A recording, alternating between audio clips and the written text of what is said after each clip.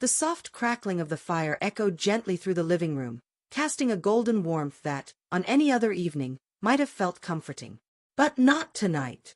Tonight, the flicker of flames mirrored something far colder stirring inside me. I leaned back into the armchair, slowly sipping a glass of aged whiskey I hadn't touched in years. The burn slid down my throat, sharp but dull compared to the raw sting of betrayal surging through my chest. Emily had always been my everything, or at least that's what I believed. We had been married 7 years, and in that time, I'd built my world around her. She had a magnetic presence, driven, graceful, always the spark in every room. I was proud to call her mine. But that pride disintegrated just 3 days ago. While she was hurriedly packing for yet another business trip, her laptop had been left unlocked on the kitchen counter. I hadn't meant to pry, but something compelled me to look. And what I saw shattered everything.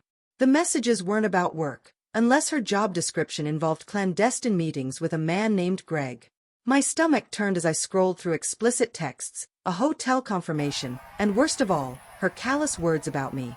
She referred to me as little more than a safe option, someone dependable but dull. It felt like the ground had disappeared beneath me. I wanted to confront her on the spot. My blood boiled with the urge.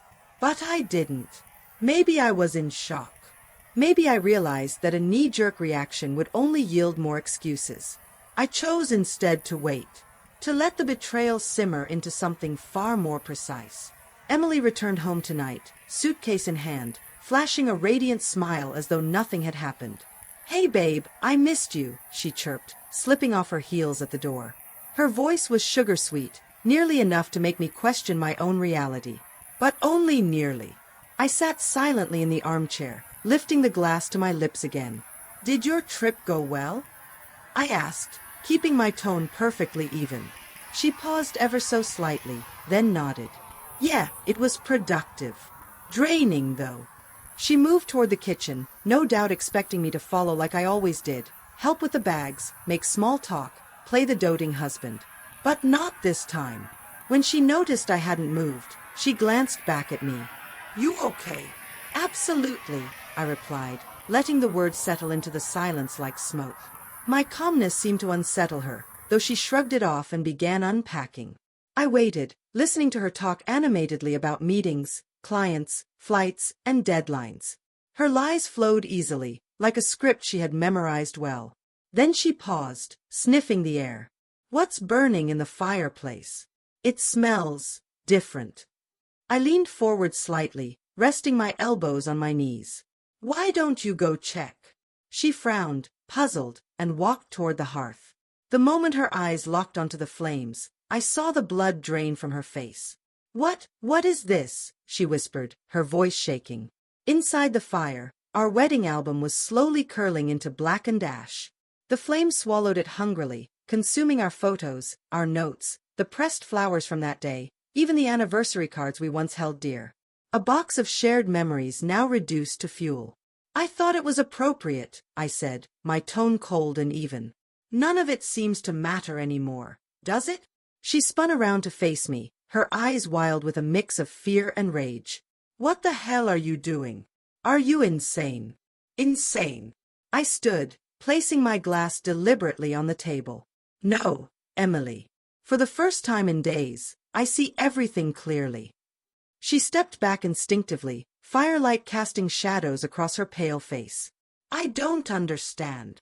I reached into my pocket, pulled out my phone, and held it up so she could see the screen. Photos, screenshots of her messages, lit up the display. Her reaction said it all. She recognized them instantly. "Care to explain who Greg is?" I asked. Her lips parted, but no words came out at first. "It's not what it looks like," she finally choked. "Oh, really?" I arched an eyebrow. "Because it looks exactly like you've been cheating on me for who knows how long." "It was a mistake," she cried. "I was lonely, and you've been so distant lately." I let out a dry, bitter laugh that sounded unfamiliar even to me. "Distant? I've been busting my ass trying to give us a future, to provide everything you asked for. And this is how you repay me." Tears welled in her eyes, but I felt nothing. No sadness. No empathy. Just numb resolve. Please, we can work through this. It didn't mean anything. Didn't mean anything? I repeated, voice rising. You arranged an entire trip around him. You called me boring.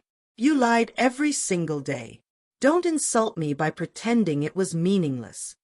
She broke into sobs, burying her face in her hands.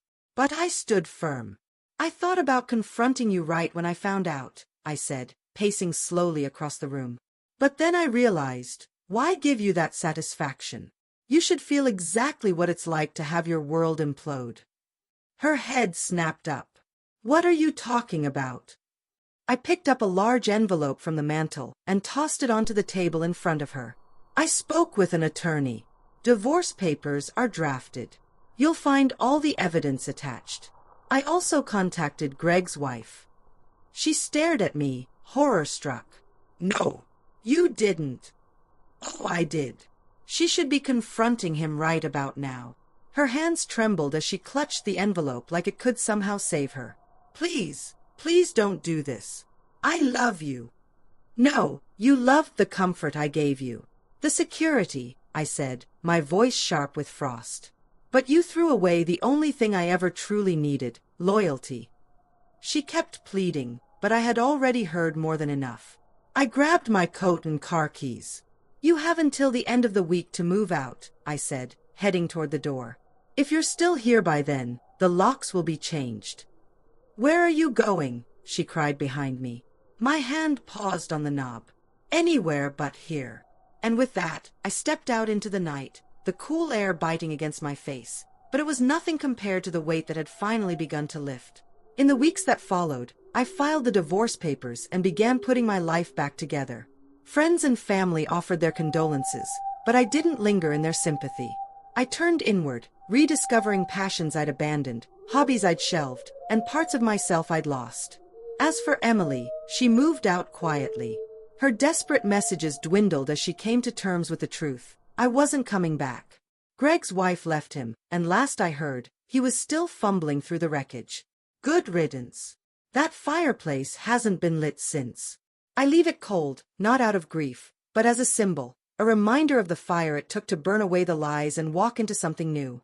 What betrayal scorched to ash, I've used to forge a new beginning. From the ruin, I rose.